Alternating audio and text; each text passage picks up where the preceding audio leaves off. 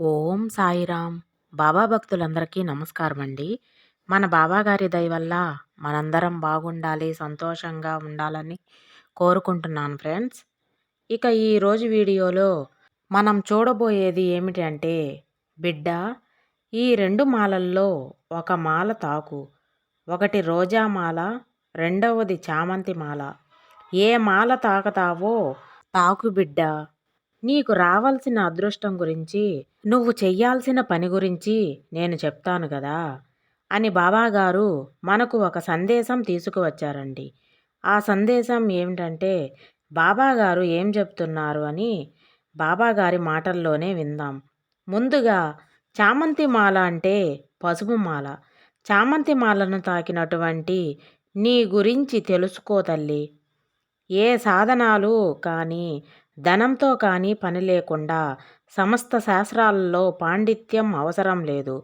ఈ గురువుపై పూర్తి విశ్వాసం ఉంచుకో. నీ గురువు నీకున్న చెడు కర్మలు అన్నీ తొలగించి అదృష్టాన్ని ప్రసాదిస్తాను బిడ్డ. పసుపు రంగు మాల తాకిన నీకు గురువు అనుగ్రహం ఎప్పుడూ ఉంటుంది. నువ్వు ఏ పని చేయాలన్నా, ఏ విషయం తలపెట్టాలన్నా, గెలుపు సాధించాలన్నా గురువు అనుగ్రహం కావాలి కదా. అలాంటి గురువు అనుగ్రహం కోసం ఈరోజు ఈ పసుపు చామంతి మాలను తాకావు. నీకు గురు అనుగ్రహం పరిపూర్ణంగా ఉంటుంది. ఈ సాయి అయిన గురువును నమ్ముకొని నీ యొక్క జన్మ సార్థకం చేసుకుంటున్నావు. నన్ను నమ్ముకున్న వారిని కష్టాలను వెంటనే తొలగిస్తాను. అలాగే వారు కోరుకున్న కోరికలు కూడా తీరుస్తాను. అలాగే నువ్వు నన్ను నమ్ముకున్నా నిన్ను ఎలా వదులుతాను? కాబట్టి ఈ గురు అనుగ్రహం నీకు తప్పకుండా లభిస్తుంది. నువ్వు తలపెట్టిన పనులన్నీ కూడా శుభకరంగా ఉంటాయి. అప్పటి వరకు నీ ఆశలు తీరలేదో, ఏ పని తలపెట్టినా నీకు అడ్డంకులు వచ్చాయన్నదే కదా నీ ఆరాటం.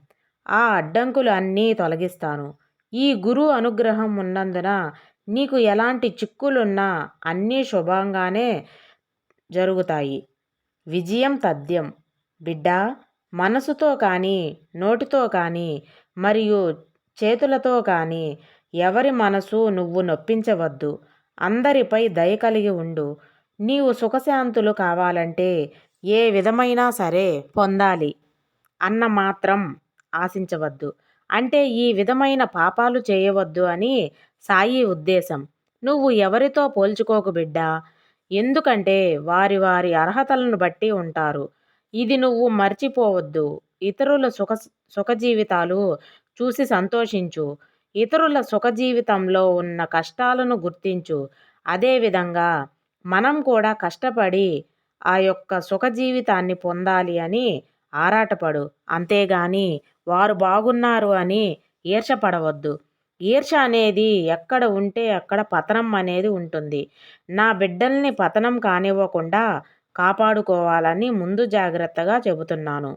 నీ మనసులో అసూయ, అహంకారం, ఈర్ష్య, ద్వేషం ఇలాంటివి ఒక్క నలుసు కూడా ఉంచుకోవద్దు.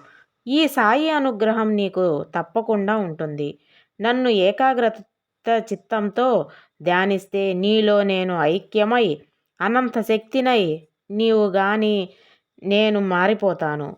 నీలోనే భగవంతుని శక్తి అంతా నింపేలాగా నేనే ఉంటాను. కాబట్టి నన్ను ధ్యానించేటప్పుడు నాకు అంత ఆడంబరంగా చేయాలని లేదు బిడ్డ.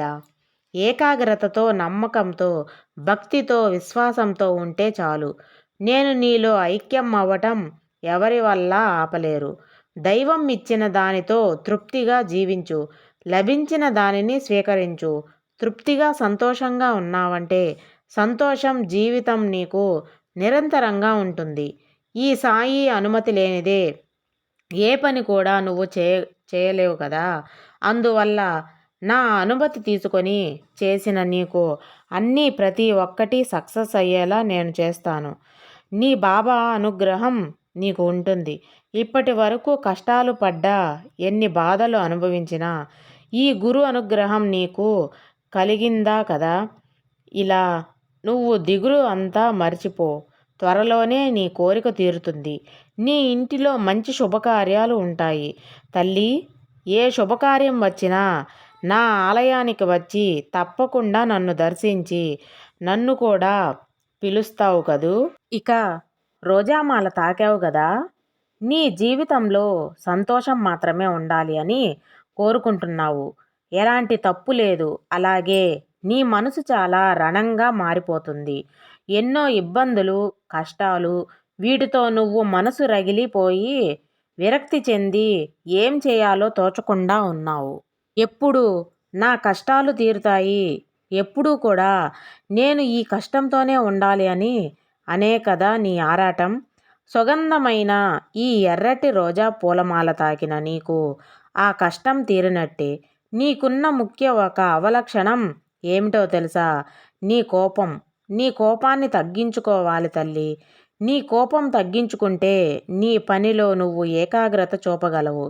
అందువల్ల నువ్వు చేసే పనుల్లో నిర్ణయాలు తీసుకోలేకపోతున్నావు. నువ్వు ఇతరుల మీద చూపించడం వల్ల నీకు నచ్చిన బంధాలు అన్నీ కూడా దూరమవుతున్నాయి. అందువల్ల నీ బంధాలు దూరమయ్యే దానివల్ల కూడా నీకు మనస్సు ఎంతగానో బాధపడుతుంది. ఏ పని చేయలేకుండా, ఏం చేయాలో తోచకుండా అయోమయం స్థితిలో పడిపోయావు గదా. దీనికంతటికీ కారణం ఏమిటంటే నీ కోపమే కదా. నీ యొక్క కోపాన్ని తగ్గించుకో తల్లి. ఈ సాయి ఆరాధన వల్ల ఎటువంటి పని అయినా సరే తప్పకుండా జరుగుతుంది. ఎటువంటి అడ్డంకులైనా తొలగిపోతాయి. దూకుడు తగ్గించి నేను చెప్పినట్లు నడుచుకో. నీకు శ్రేయస్కరం. ఆకలితో వారే ఎవరైనా ఎదురుపడితే భోజనం పెట్టడం మర్చిపోకమ్మా. అలా భోజనం పెట్టడం వల్ల నువ్వు భగవంతునికి మరింత దగ్గరవుతావు. నీకు అవసరమైనప్పుడు సాక్షాత్తు ఆ భగవంతుడే నీకు అండగా ఉంటాడు. ఎప్పుడైతే నీ పాపాలు అలాగే నీ యొక్క దోషాలు, కర్మ ఫలాలు అన్నీ తొలగిపోతాయో నీకు ఈ గురువు యొక్క ఆశీర్వాదం ఉన్నట్టే. ఈ గురువు ఆశీర్వాదం వల్ల ఇప్పుడు పడ్డ కష్టాలన్నీ ముగింపు కూడా వచ్చేస్తుంది. ముఖ్యంగా నీ మనసులో నుంచి బాధను, ఆ మనసులో బాధ తగ్గే మార్గం కూడా నేను చెప్తాను కదా. నీ సాయి పాదాలను ఆశ్రయించిన వారు ఎవ్వరూ కూడా చెడిపోయినట్టు చరిత్రలోనే లేదు. తల్లి, మనసులో నిరంతరం నిన్ను తలుచుకోవడం నివేదనగా నా మందిరంగా నీ మనసును మార్చుకొని ఆరాధిస్తున్నప్పుడు తప్పకుండా నేను నిన్ను స్వయంగా కాపాడుకుంటాను. ఈ సాయి నమ్మినప్పుడు సుఖాలన్నీ, దుఃఖాలన్నీ మర్చిపోయి నిశ్చింతగా సుఖాలనే అనుభవిస్తారు. నీకున్న భారం మొత్తం మన భారం అయిన అన్ని భారాలు నేనే మోస్తాను తల్లి. ఎల్లవేళలా నేను నీతోనే ఉండి నీలోని అహంకారాన్ని, కోపాన్ని తగ్గించి క్షణక్షణానికి నీ మనసులో స్థిరంగా, ఆనందంగా ఉండేలా చేస్తాను. నీలోని కోపం తగ్గినప్పుడు తప్పకుండా నీ మనసు ప్రశాంతత అవుతుంది. నీ శరీరపు అంతరంలో ఉన్న ఆ పరమేశ్వరుడు స్వయం ప్రకాశితమై వెలుగుతాడు. ఆ ఆ దేవుని మీద మనసు ఉంచి సాధన ఉంటే ధ్యానం చేయి బిడ్డ. తప్పకుండా శ్రీ సాయిని నువ్వు దర్శించుకోవచ్చు. ఇక నీ యొక్క కష్టానికి అంతా కోపాన్ని తగ్గించుకోమని చెప్పాను కదా. నిశ్చింతగా ఇది అక్షరాల నిజం. మనం వంటిని శుద్ధి చేసుకోవాలంటే నీటితో స్నానం చేసి శుభ్రపరుచుకుంటాం కదూ. కానీ నీ మనసుని శుద్ధి చేయాలంటే ధ్యానంతోనే సాధ్యమవుతుంది. నీకు ధ్యానం ఎంతో అవసరం. అందులో భగవంతుని ఆరాధన, భగవత్ నామస్మరణం నీకు ఎంతో ముఖ్యం. భగవంతుని నామస్మరణం చేసిన, భగవంతుణ్ణి ఆరాధించిన నీ కోపం క్రమంగా తగ్గిపోతుంది. చూశారు కదా ఫ్రెండ్స్ ఈ వీడియో మీకు నచ్చినట్లయితే ప్లీజ్ లైక్ చేయండి, షేర్ చేయండి, సబ్స్క్రైబ్ చేయండి ఫ్రెండ్స్. సర్వేజన సుఖినో భవంతు. జై సాయిరామ్.